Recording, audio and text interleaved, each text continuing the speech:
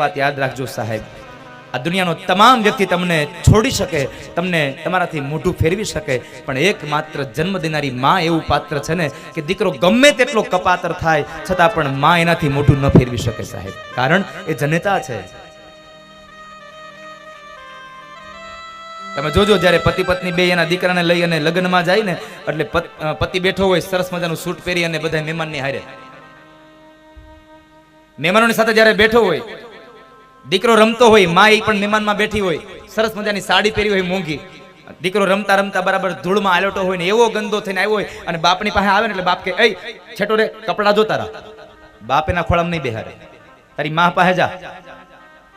અને જ્યાં દીકરો દોડતો દોડતો માં પાસે આવે ને એટલે માં સીધો જ એને પોતાની ગોદમાં બેહાડે અને કાં તો એના રૂમાલથી અને કાં તો એના સાડીના છેડાથી દીકરાના મસ્તકને મોઢાને લૂઈ નાખે સાહેબ. માં પોતાના સંતાનોને ક્યારેય ન તરછોડી શકે, પણ સમય એવો આવ્યો છે ને કે દીકરાઓ અત્યારે માને તરછોડવા માંડ્યા છે. સમયનો યુગ બદલાયો. 4 દીકરાઓને મા બાપ મોટા કરી શકે, પણ 4 દીકરાઓ પોતાના મા બાપને વૃદ્ધાવસ્થામાં ન સાચવી શકે. જુઓ તો ખરા સમાજમાં કેટલા ઘરડા ઘરો મીંડા બનવા, દીકરાના ઘરો મીંડા બનવા. કારણ આપણને પશ્ચિમી સંસ્કૃતિનો વાયરો વાઈ ગયો છે. દુનિયામાં બધું કરજો સાહેબ, પણ મા બાપને કોઈ દી ન તરછોડતા. આ દુનિયામાં સુખી થવું હોય ને તો મા બાપને તમે ખુશ રાખો. હું છાતી ઠોકીને કહું, તમારા મા બાપ તમારાથી ખુશ હશે ને એટલે 1000 હાથ વાળો પણ તમારા ઉપર ખુશ રહેશે સાહેબ, કારણ તમારા મા બાપ ખુશ છે. પણ એક જ ઈચ્છા હોય આપણે તો, સારી એક પત્ની મળી જાય, સારી નોકરી મળી જાય અને એક દીકરો મળી જાય એટલે એને મા બાપ ગામડે અને આપણે શહેરમાં. લગ્ન થાય વર 2 વર 3 વરમાં તો નોખો થઈ જાય. શા માટે સાહેબ? એવી રીતે શું હતું સાહેબ કે તમારે નોખું થઈ જવું પડ્યું? પણ મારા શબ્દો પર ધ્યાન રાખજો. આ દુનિયામાં નોખો દીકરો નથી થતો, નોખી પુત્ર વધુ થાય છે. આ દુનિયામાં કદાચ કોઈ દીકરો, કોઈ મા બાપ વૃદ્ધાશ્રમમાં જાય તો ક્યારેય ન બોલશો કે મા બાપ વૃદ્ધાશ્રમમાં ગયા છે. નહીં, વૃદ્ધાશ્રમમાં તો સાસુ ને સસરા ગયા છે. કારણ જો મા બાપ વૃદ્ધાશ્રમમાં જતા હોત ને તો લગ્ન પહેલા દીકરો મા બાપને મૂક્યા હોત. તો કોઈ દિવસ મેં નથી જોયું કે દીકરો લગ્ન પહેલા મા બાપથી નોખો થઈને રહેતો હોય, લગ્ન પહેલા મા બાપને કોઈ દી વૃદ્ધાશ્રમમાં મૂક્યા હોય. આ તો લગ્ન થયા પછી નોખો થાય અને કાં તો વૃદ્ધાશ્રમમાં મૂકી આવે છે. એટલે નોખી પુત્ર વધુ થાય છે અને નોખા એના મા બાપ નહીં, આશ્રમમાં એ સાસુ ને સસરા જાય છે. હા, પછી ઈ જ વહુને એટલી ઈચ્છા હોય કે મારો દીકરો મારી સેવા કરે. મારી અત્યારની તમામ યુવાન બહેનોને પ્રાર્થના છે કે તમને જો એમ થતું હોય કે મારો દીકરો અને મારી દીકરાની વહુ અમારી વૃદ્ધાવસ્થામાં અમારી હારે રહે, અમે એની સાથે રહેતા હોય, અમારી સેવા કરે, તો એક વાતને ચોક્કસપણે યાદ રાખજો, તમારો પતિ પણ કોઈકનો દીકરો છે, એને એના મા બાપ ભેગો રહેવા દેજો, તો જ તમારા દીકરા તમારા ભેગા રહેશે. કારણ તમારો પતિ પણ કોઈકનો દીકરો છે. સંતાનથી સેવા ચહો, સંતાન છો સેવા કરો. એક વાતને કોઈ દી ન ભૂલતા, જેવું કરો એવું ભરો, આ ભાવના કદી ભૂલશો નહીં. કોઈ દી ન ભૂલવી સાહેબ. મા બાપને રાજી રાખજો. સાહિત્યકારો કહે છે, કવિઓ કહે છે કે જ્યાં સુધી તમારી ઉમરાવાળી રાજી નહીં હોય ને ત્યાં સુધી ડુંગરાવાળીને તમે ગમે તેટલી સાડીઓ પહેરાવો, કોઈ દી રાજી નહીં થાય તમારા માથે સાહેબ, જ્યાં સુધી તમારી ઉમરાવાળી રાજી નહીં હોય. માટે મા બાપના આશીર્વાદ લેજો. અને ચોક્કસપણે કહું કે માં અને બાપના આશીર્વાદ લીધા હશે ને તો તમારે દુનિયામાં કોઈ દી કંઈ મેળવવા નહીં જવું પડે. દુનિયા સામે ચાલીને તમારી પાસે આવશે. કારણ સ્વયં ભગવાન તમારી પાસે આવે. પંઢરપુરમાં પુંડલિક પોતાના મા બાપની સેવા કરે અને એ સેવામાં ભગવાન એની ત્યાં આવે અને ભગવાન કહે છે, પુંડલિક મારે તને મળવું છે. અને ત્યારે પુંડલિક એમ કહે કે મહારાજ, અત્યારે મારી માની સેવાનો સમય છે, એટલે હું તમને અત્યારે ન મળી શકું. તમારે જો મને મળવું હોય તો આલ્યો ઈટ, આની ઉપર ઉભા રહ્યો. અને ભગવાન પંઢરીનાથ જ્યાં સુધી પુંડલિકના માની સેવા પૂરી ન થઈ ત્યાં સુધી ઈટ ઉપર ઉભા રહ્યા. કારણ જે જગ્યાએ મા બાપની સેવા થાય છે ને એ દીકરાને ભગવાનના દર્શન કરવા જવાની જરૂર નથી રહેતી. ભગવાન સ્વયં કહે છે, જે દીકરો મા બાપની સેવા કરે એ દીકરાના દર્શન કરવા ભગવાન સ્વયં પોતે આવીને ઉભા રહે છે. માટે મા બાપની સેવા કરજો. આ દુનિયામાં બધું ભૂલી જાજો, પણ જેણે આપણને પાલન પોષણ કરી જેને જન્મ આપ્યો છે, મોટા કર્યા છે, એ મા બાપને કદી ન ભૂલશો. પણ પૈસો કમાતો થઈ જાય ને એટલે મા બાપ પછી ભૂલાઈ જાય છે. દુનિયામાં મા બાપને રાજી રાખજો સાહેબ. તમારા મા બાપની ઈચ્છા એ જ તમારી ઈચ્છા હોવી જોઈએ. તમારા મા બાપની ખુશી એ તમારી ખુશી છે. એટલે સમજો આ દુનિયાની તમામ ખુશીઓ તમારો ચરણ પકડતી આવશે ગમે ત્યાંથી.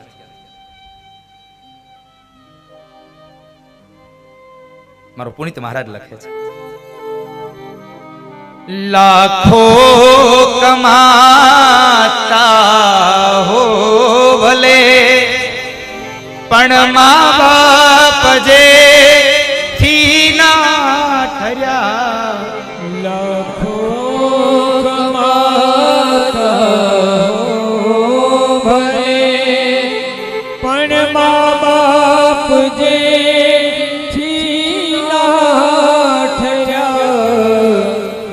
બાપ જેથી થયા એ લાખ નહીં પણ રાખ છે માનવું ભૂલશો નહીં.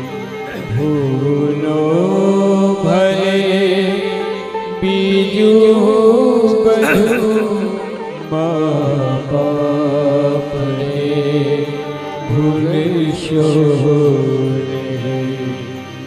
ગણિત છે ઉપકાર એના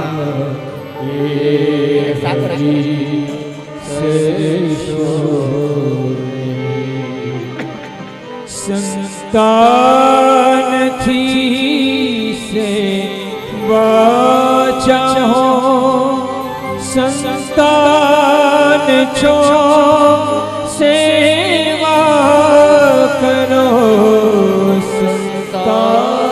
સંતાનની સેવા ચાહો, સંતાન છો સેવા કરો. સંતાન છો સેવા કરો. જેવું કરો તેવું ભરો એ ભાવના ભૂલશો મા બાપને ભૂલશો નહીં. મા બાપને બાપુ ગળું થાકી ગયું છે. 8મી કથા છે કન્ટિન્યુ. ઠાકોરજી પ્રાર્થના કરજો, હજી 4 કથા કન્ટિન્યુ બાકી છે. એટલે ઈ કારણ કે 8મી કથા છે આ કન્ટિન્યુ. 18:03 ચાલુ થયું છે.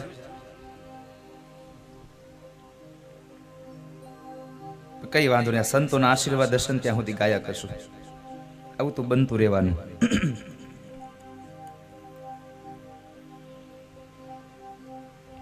ધન કમાતો થઈ જાય એટલે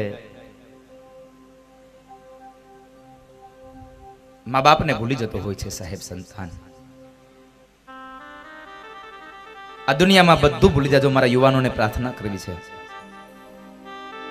ભૂલવી પડે તો તમારી જાતને ભૂલી જાજો, પણ જન્મ દેનાર મા બાપને ક્યારેય ન ભૂલશો. આજે ચોક્કસપણે કહીશ કે આ દુનિયામાં બીજું કોઈ રાજી થયું કે ન થયું, આ સમાજમાં આ કથા મંડપમાં કોઈ રાજી થયું કે ન થયું એની મને ખબર નથી, પણ અંતરિક્ષમાં આજે રતિલાલ ભાઈનો આત્મા એટલો પ્રસન્ન થયો હશે સાહેબ કે આજ મારા દીકરાઓએ મારી પાછળ આજ કથા બેસાડી છે. આજ મારી પાછળ કથા બેસાડી છે. મારા દીકરાઓએ આજ મને મોક્ષ માટે કેવડું મોટું આ મારા પાછળ કામ કર્યું.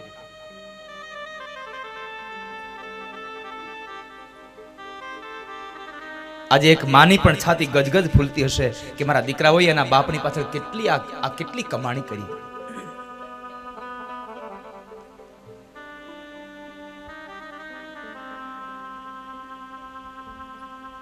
સરસ મજાનો પ્રવેશ દ્વાર બનાવ્યો એની સ્મૃતિમાં. પૈસો તો ઘણો હોય સાહેબ, પણ પૈસાને વાપરતા આવડે ને ત્યારે યોગ્ય સમયે જાય સાહેબ. એ પૈસો યોગ્ય ફળ આપે. જ્યારે કારણ કે તમે કોઈ દીકરાને પૂછજો જ્યારે એના બાપની છત્ર છાયા ગુમાવી હોય, બાપની છત્ર છાયા જ્યારે ગુમાવી હોય ને ત્યારે દીકરાને પૂછજો કે શું બાપ હોય છે, બાપ શું. એ બાપ વગરના દીકરાને પૂછશો ને તો ખબર પડશે કે બાપની શું કિંમત હોય. તમે તડકામાં બેઠા હોય અને માથે છત્રીનો છાંયો હોય, પણ થોડીક વાર માટે છત્રીનો છાંયો લઈ લ્યો ને ત્યારે સમજાય કે આ છત્રીનો છાંયો શું છે. એમ જ્યારે આ જીવનમાં બાપ વયો જાય ને ત્યારે સમજાય કે બાપની શું કિંમત હોય સાહેબ.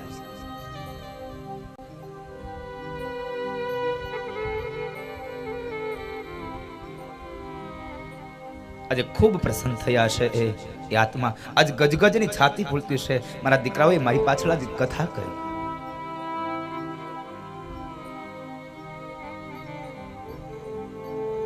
નહીં તો વેકેશન પડે ને પૈસા હોય ને એટલે એને ઠંડા પ્રદેશોમાં માણસ ફરવા વયો જાય.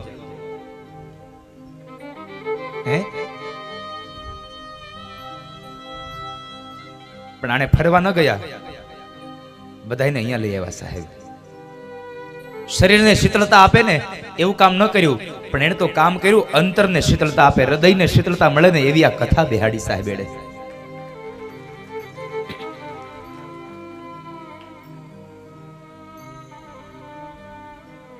આ દુનિયામાં બધું મળે છે, પણ એક મા બાપનો પ્રેમ દુનિયામાં ક્યાંય નથી મળતો સાહેબ. દુનિયામાં બધું મળે છે, પણ મા બાપનો પ્રેમ ન મળે ક્યાંય. એટલે તો કહેવું પડે બીજા બધા મળજો પણ માં કોઈની મરશો, માં કોઈની માં ન મરશો. દુનિયાની તમામ સંપદા લઈ અને નીકળી જાઓ, બધું મળે પણ મા બાપનો પ્રેમ ન મળે સાહેબ. યુવાન મિત્રોને પણ મારી પ્રાર્થના છે સાહેબ, 3 વર્ષથી આવનારી પત્નીના મોહમાં પડી અને 25 વર્ષના મા બાપનો પ્રેમ ક્યારેય જિંદગીમાં ભૂલી જતા નહીં તમે.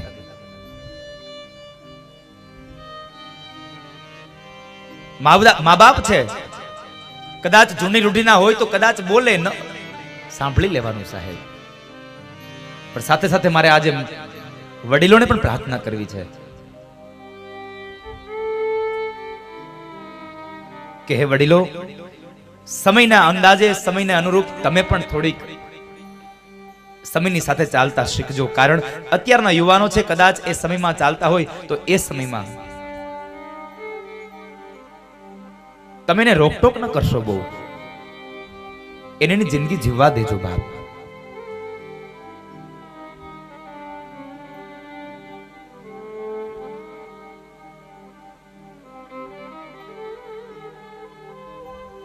બધું મળે સાહેબ, પણ જિંદગીમાં ગયેલો મા બાપનો પ્રેમ ક્યારેય ન મળે.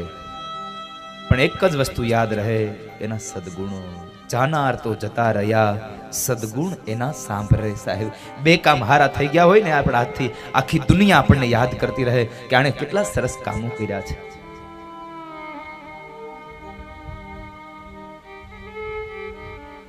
લક્ષ્મી ગયેલી સાંપડે, પણ મા બાપ ગયેલો જીવ પાછો ન આવે સાહેબ. અને પુનિત મહારાજ અંતિમ પંક્તિમાં લખે છે, ધન ખર્ચતા મળશે બધું, પણ માતા પિતા મળશે નહીં.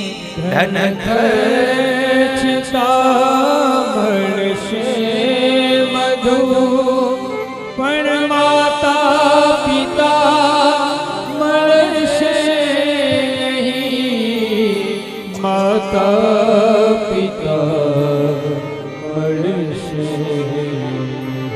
પલ પલ પુનીત ચરણની તમે ચાહના ભૂલશો નહીં. પલ પલ પુનીત ચરણની તમે ચાહના ભૂલશો નહીં મા બાપને ભૂલશો